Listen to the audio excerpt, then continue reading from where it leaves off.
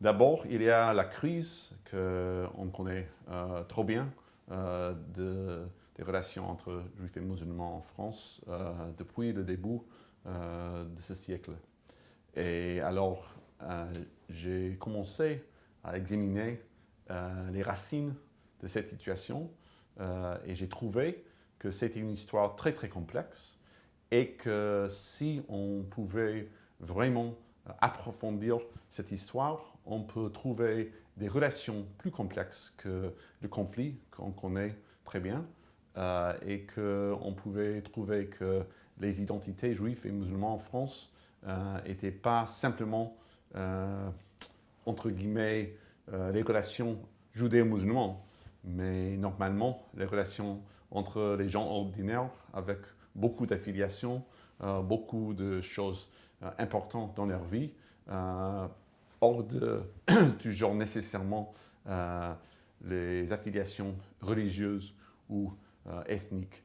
Et en même temps, je trouve que cette histoire, c'est une manière importante à interroger toutes les grandes questions de l'histoire française pendant le XXe siècle des autres angles, c'est-à-dire l'histoire de la République, l'histoire de l'assimilation, l'histoire de laïcité, l'histoire de la capacité de la République à intégrer ces sujets divers. Toutes ces questions apparaissent différentes quand on examine leur histoire du perspective des communautés, des populations, des individus juifs et musulmans.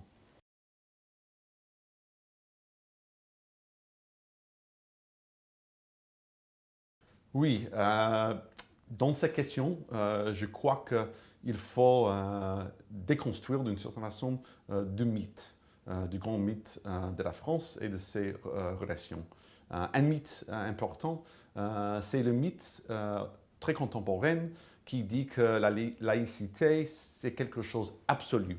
En même temps que l'assimilation, c'est quelque chose de pur, toujours dans l'histoire française.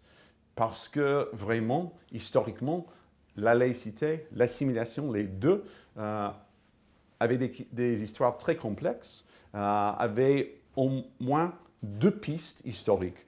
Une piste qui est plus absolue, plus rigide, qui a vraiment devenu la piste qu'on connaît aujourd'hui. Mais historiquement, il y a aussi une autre piste, une piste d'accommodation, une piste de trouver des manières de vivre en même temps comme juifs, comme musulmans, comme peuple des régions comme Bretagne, Bouches-du-Rhône, Alsace, avec les affiliations qui ne sont pas purement françaises, même publiquement, et d'être tout à fait accepté comme français. Aujourd'hui, on a oublié un peu cette histoire, c'est vraiment dommage.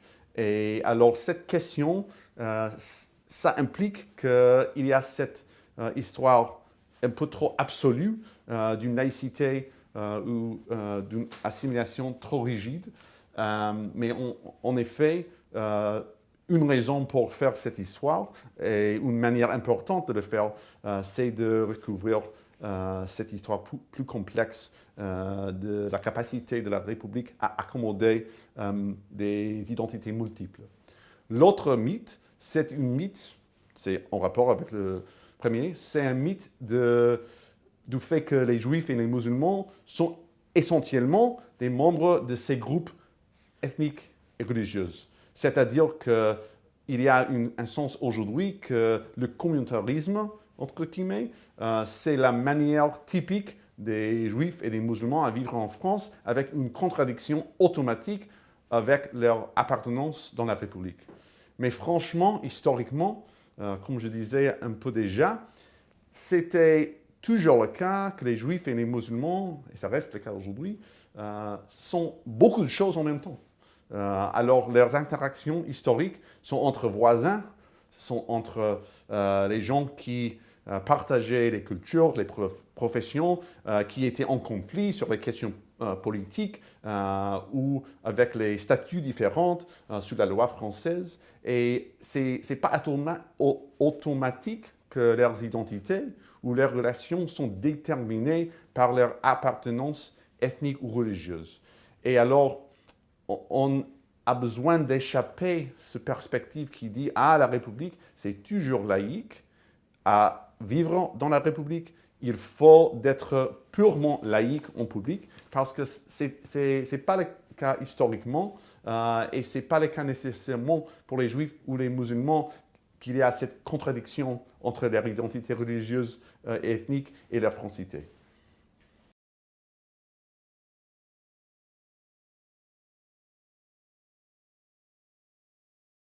Il y a quelque chose de très général qu'il faut approfondir sur ces relations. D'abord, c'est le cas que historiquement, comme je disais déjà un peu, ce n'était pas nécessairement le cas que les relations entre guillemets judéo-musulmans étaient comprises par les musulmans, par les juifs, par les observateurs, comme ce qu'on dit actuellement entre guillemets, relations judéo-musulmanes. C'est-à-dire que beaucoup d'autres modes d'interaction, modes de vivre ensemble étaient quelquefois plus importants que religion ou ethnicité. Alors, on voit dans cette histoire les juifs et les musulmans qui sont en rapport comme les membres des associations, comme les membres de la même voisinage, même le même immeuble, comme les participants dans les groupes culturels, musicaux, artistiques, comme les consommateurs dans les mêmes cafés, les mêmes épiceries, comme les arrivants nouveaux en France, comme les participants dans les conflits locaux, nationaux, internationaux, sur les questions politiques françaises et internationales, et même dans les rapports d'intimité, comme voisins, mais aussi comme même amis et même amants ou membres de la même famille. Alors, d'abord, il faut reconnaître cette histoire très complexe des rapports entre gens qui ne sont pas nécessairement ou automatiquement s'identifier d'abord comme juifs et musulmans, en particulier dans les rapports. Deuxième chose, une idée qui réfléchit à cette complexité, c'est le fait que leurs identités juives et musulmanes sont formées par la situation. C'est-à-dire que quelquefois, dans la famille ou dans la mosquée ou aux synagogues, dans une association juive ou musulmane, arabe ou liée à l'identité israélienne, il y a ces identités ethniques ou religieuses qui sont vraiment centrales. Mais quelquefois, ils sont beaucoup moins importants et quelquefois, ils disent des choses qui sont conflictuelles entre deux positions politiques ou deux religions en débat. Mais quelquefois, ils sont des ponts entre des gens qui se considèrent comme enfants d'Abraham, par exemple, ou comme immigrés des minorités religieuses avec beaucoup en commun. Alors, ce que ça dit d'être juif ou musulman en France, c'était conditionné, c'était mouvant, c'était très souple, dépendant de la situation, du contexte, de l'époque, même pour les mêmes individus ou les mêmes groupes, c'était possible que ça paraît très différent dans un contexte différent. Si on veut voir quelques exemplaires qui expliquent ces idées, on peut trouver par exemple au début de la Grande Guerre, où cette histoire vraiment commençait, il y a une histoire très frappante.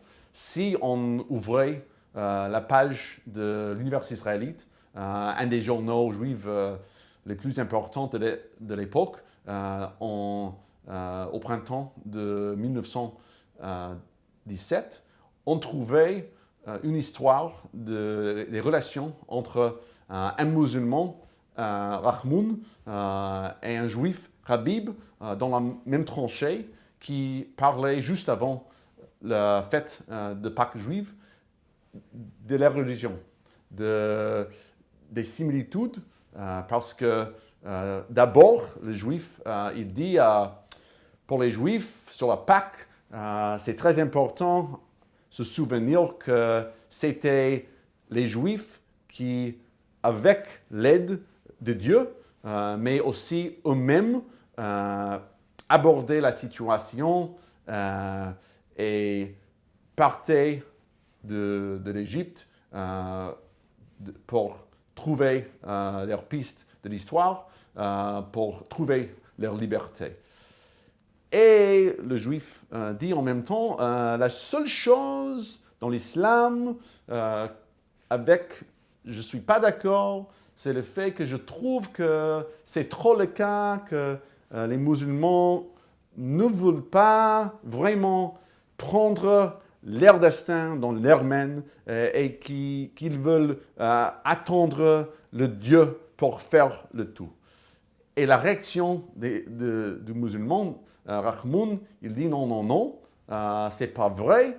Et il raconte une histoire de Moïse, alors de cet caractère central de Torah, de Bible hébreu, mais c'est une histoire de tradition musulmane qui explique qu'il faut prendre le destin dans votre main, dans une situation, et pas que attendre l'aide de Dieu. Et alors, après cette discussion, on apprend que ces soldats sont dans beaucoup d'accord sur les religions. Ce n'est pas clair si c'est une histoire un peu apocryphique ou exactement réelle, mais en tout cas, ça nous dit quelque chose des rapports qui étaient très complexes dans ce contexte-là. Ces deux soldats étaient en même temps juifs et musulmans, avec leur foi très forte, différentes, mais ensemble dans la tranchée comme française, avec la capacité de trouver des pistes communes entre deux religions abrahamiques. Et en même temps, il y a le thème très central de l'époque de l'union sacrée entre toutes les religions, qui est clairement là-bas dans cette histoire. Alors, on voit dans un exemple comme ça, et c'est qu'un exemple tôt de beaucoup qu'on peut raconter pendant tout le XXe siècle, que les relations sont vraiment faites par un moment historique spécifique avec en même temps les identités multiples, même dans cette petite histoire.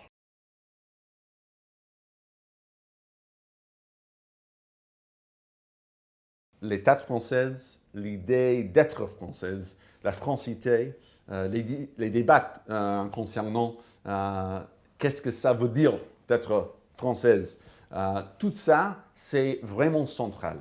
C'est-à-dire que dans cette histoire des rapports entre juifs et musulmans, il y a vraiment trois parties. Il y a des juifs, il y a les musulmans et il y a en même temps la France. L'État français, la politique de l'État français, les perceptions de francité des juifs, des musulmans, de toute la société. Et c'est impossible à comprendre ces relations que comme relations entre juifs et musulmans. Parce que toujours les musulmans et les juifs imaginaient, et ça existe jusqu'à nos jours, s'ils sont français en rapport à l'autre, s'ils rejettent des aspects de la France et si l'autre les accepte, si la France accepte l'autre groupe plus que leur propre groupe. Et toute cette capacité de la France en même temps d'être pont entre juifs et musulmans quelquefois et de les diviser, c'est central dans cette histoire. Et ça existe en chaque moment historique jusqu'à nos jours. Par exemple, pendant la Première Guerre mondiale, on trouve que les juifs et les musulmans battaient ensemble pour la France. la France parlait beaucoup des promesses de l'égalité pour les musulmans et de patriotisme des deux groupes. Alors c'était un moment pour prouver que les juifs et les musulmans étaient vraiment françaises et c'était les conditions de l'armée qui les font ensemble dans la tranchée. Mais en même temps, la politique de la France, leurs statuts différents, les divise dans le même moment. Alors même dans les mêmes parties de l'armée, les mêmes régiments ou légions, il y avait des juifs et des musulmans qui battaient juste à côté, mais pas comme égaux. Par exemple, il y avait des interprètes qui étaient fréquemment juifs à cause du fait que les juifs parlaient en Algérie beaucoup de fois aussi arabe et aussi française et qui étaient un groupe dans lequel l'administration française avait la confiance. Alors les interprètes aidaient bien sûr des musulmans pour comprendre, pour recevoir la nourriture qu'ils veulent, des choses comme ça, mais en même temps, ils ont fait aussi la surveillance pour être sûr que les musulmans étaient loyaux, même pour lire leurs lettres, même leurs lettres aux amants, des choses comme ça, pour être sûr que la moralité, la morale de ces troupes était bien. Ça, c'est une illustration de la capacité de l'État français en même temps d'être pont et de diviser les juifs et les musulmans. Plus globalement, les statuts à peu près tout le temps différents entre la majorité des juifs et la majorité des musulmans selon la loi française. Ça, c'est très important dans cette histoire. C'est-à-dire qu'en Algérie, en 1870, il y avait cet acte très important, le décret Crémieux. Cet acte a fait à peu près tous les juifs en Algérie, les citoyens français tout à fait.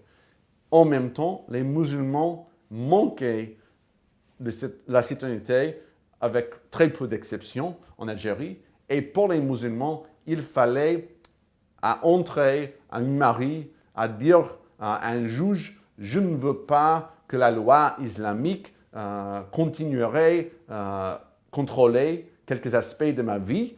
Je veux être seulement française avec la juridiction française qui contrôle toute la loi de ma vie. Et pour les musulmans, en général, ça s'est été vu comme une sorte de trahison contre les religions. L'administration française a compris ça. Et alors, c'était très rare pour les musulmans à faire ça. Et c'était juste 4 ans avant l'indépendance algérienne que les musulmans français ont reçu complètement la citoyenneté française avec tous les droits égaux aux autres Françaises. Et alors, cette divergence entre les Juifs et les musulmans en Algérie, et en même temps, en France, la majorité des Juifs étaient citoyens depuis longtemps ou étaient des immigrés d'Europe en général, avec la capacité de recevoir la citoyenneté après quelques ans, comme tous les immigrés européens en France. Alors là-bas aussi, cette différence existait. Et cette différence de statut légal, c'était central pour leur perception de l'un et l'autre et pour toutes leurs occasions de vie. Et ça, fréquemment, divisait l'un de l'autre.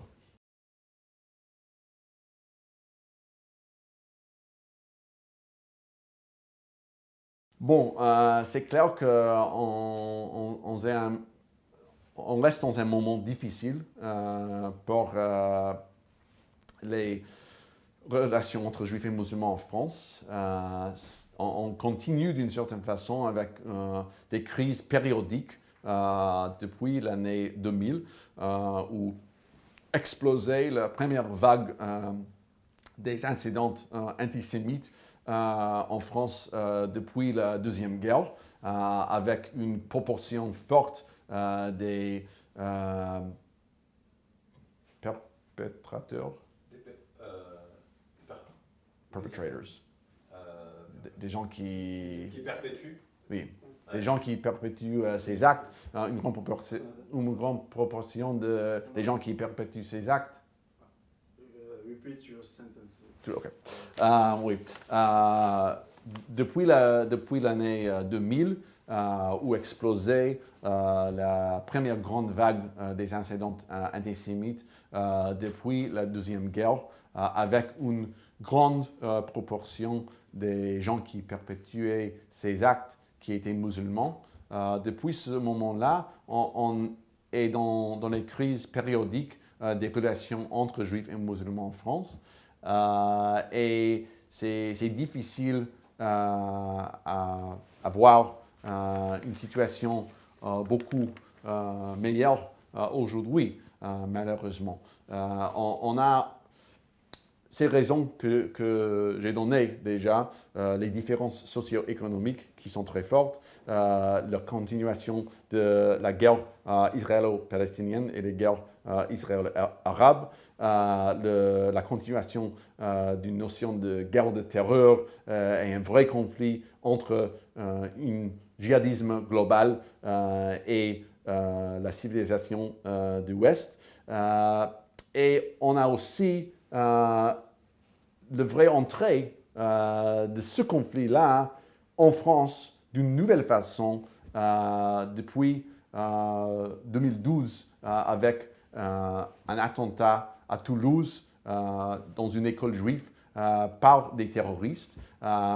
Depuis ce moment-là, il y avait quelques incidents des gens qui se décrivaient comme liés aux réseaux comme Al-Qaïda ou ISIS, les réseaux globaux djihadistes qui commissaient les actes violents contre les Juifs en France. On espère que ça diminue un peu récemment, mais ça c'est d'une certaine façon une nouvelle ère parce que ça c'est pas les gens qui s'identifiaient nécessairement par les conflits internes de la France, mais des conflits externes et avec les groupes extrêmes et violents et djihadistes. Et chaque fois qu'il y a ces incidents, ça donne beaucoup d'ampleur à toutes les divisions entre juifs et musulmans. Et en même temps, on sait bien qu'il y a aussi des attentats par les mêmes groupes contre les Français qui ne sont pas juifs. Qui sont, comment on dit, chrétiennes, ou on dit quelquefois français de souche, c'est une phrase problématique, mais pour comprendre ce que je dis. Et alors, le conflit qui existe aussi entre ces djihadistes et la société française plus globale, ça monte la problématique entre juifs et musulmans en France, parce que ça donne aussi plus d'ampleur de chaque attentat contre les juifs. En même temps, il faut se souvenir qu'ils sont des actes d'une très petite minorité des musulmans en France, que la grande majorité des musulmans en France ne participent pas du tout dans ces groupes extrêmes, et qu'il y a beaucoup de musulmans, de plus en plus de musulmans en France qui sont visiblement intégrés dans la société française avec des succès économiques, avec plus d'éducation, plus d'occasions, plus de participation au gouvernement, aux associations, des choses comme ça. Et je crois que franchement, pour ces relations, cette histoire d'intégration des musulmans, c'est vachement important parce que sinon, on sait bien qu'il y a des crises pour la société française et pour ces relations-là. Alors, on peut prendre un peu d'espoir des histoires de plus d'intégration et des efforts aussi des leaders musulmans pour créer un environnement d'intégration et des ponts entre l'islam et la République. Et ces efforts continuent et montent d'une certaine façon aux années récentes.